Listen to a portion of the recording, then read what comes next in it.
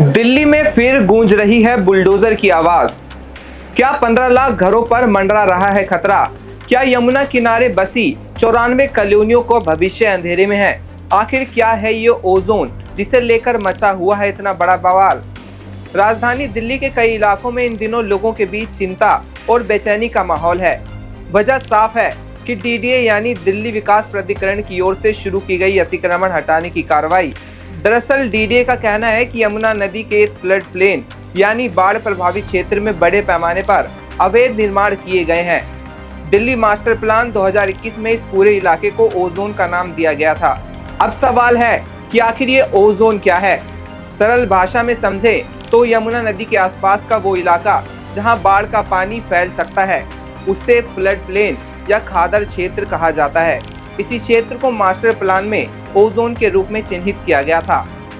इस इलाके का मुख्य उद्देश्य यमुना नदी की सुरक्षा, बाढ़ नियंत्रण, पर्यावरण संरक्षण और जैव विविधता को बचाना है। नियमों के मुताबिक यहाँ स्थायी मकान, कॉलोनियां या बड़े पैमाने पर रिहायशी निर्माण की अनुमति नहीं है।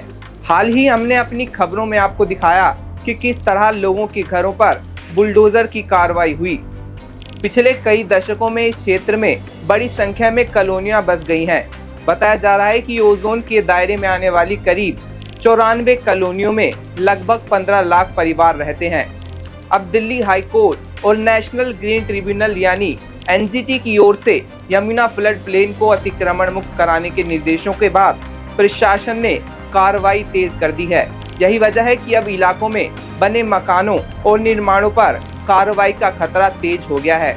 हालांकि स्थानीय लोगों का ये कहना है कि ये कई वर्षों से यहाँ रह रहे हैं, बिजली पानी जैसे बुनियादी कनेक्शन भी हैं, इसलिए उनके घरों को अवैध ना बताया जाए। वहीं दूसरी तरफ प्रशासन का तर्क है कि यमुना के फ्लड प्लेन का लगातार बढ़ते निर्माण से पर्यावरण को नुकसान पहुँच रहा है और बाढ़ का खतरा भी बढ़ सकता है।